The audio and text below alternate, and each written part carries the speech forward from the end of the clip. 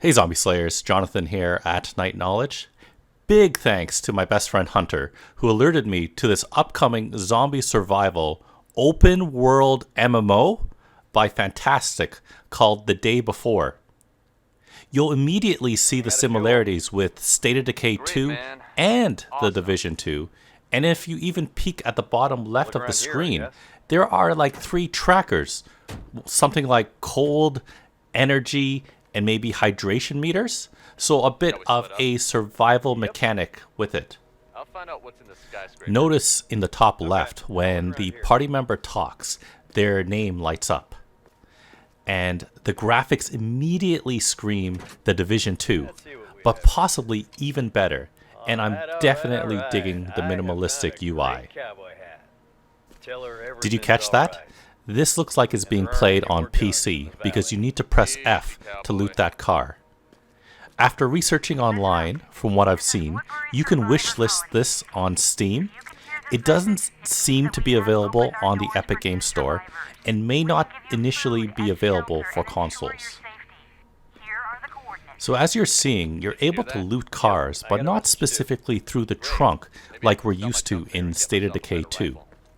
Nothing specifically glows either to help you know that something is lootable, but it might just be because of this version of the game being shown to us.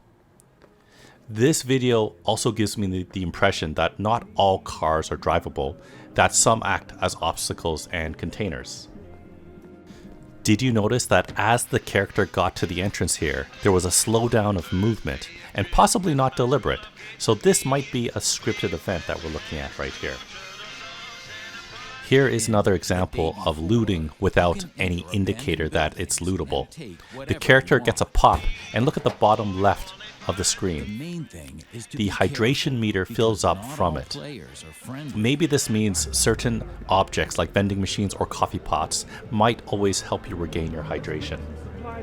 So as I said before, this is an open world MMO, meaning there are other players, and this is our first example of it where they can be hostile.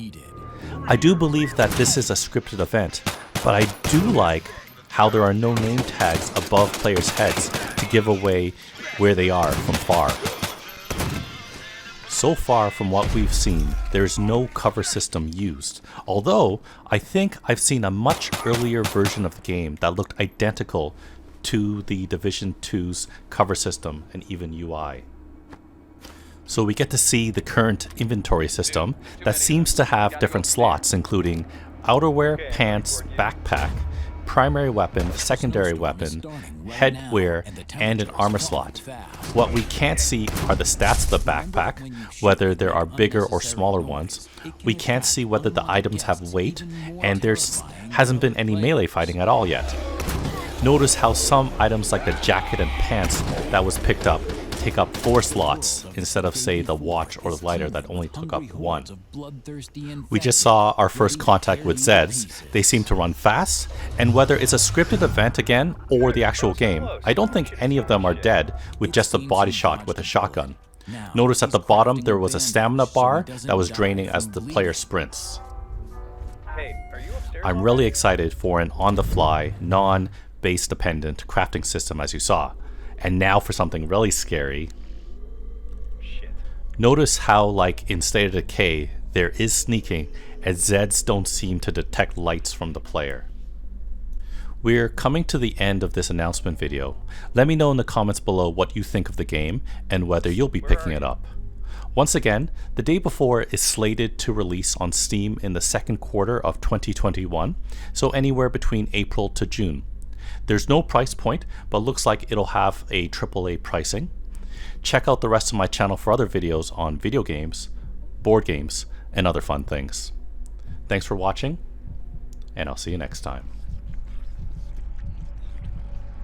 What